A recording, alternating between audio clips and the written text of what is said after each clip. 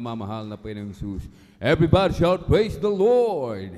Hallelujah, hallelujah, hallelujah. Ang pinakamataas na papamba ay nauko lamang po sa ating pong pinakamamahal na Panginoong Jesus. Amen?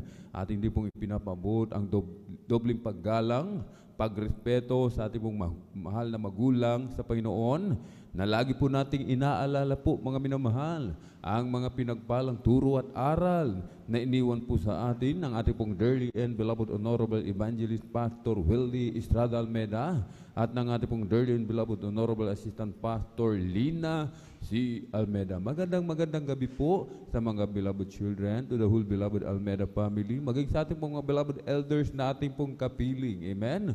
Sa ating pong mga minamahal mga bisita, praise the Lord, ating mga beloved viewers sa ating pong Facebook live streaming and YouTube channel, sa ating pong mga minamahal beloved pastoral workers sa pangangasiwa po ng ating pong beloved ordained preacher Kuya Bubonier, at maging sa kanilang pong beloved daughter, beloved Ate Vincier. Amen?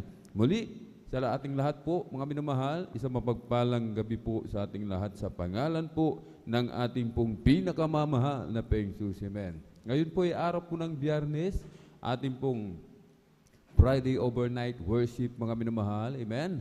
Lubos tayo pinagpala ng ating dakilang Diyos sapagkat, mga minamahal, amen, tayo patuloy na binibigyan ng dakilang pagkakataon, pribileyo ng ating pong pinakamamahal na Panginoong Diyos, na atin siyang mapapurihan, mapasalamatan, sambahin sa Espiritu at katotohanan. Amen.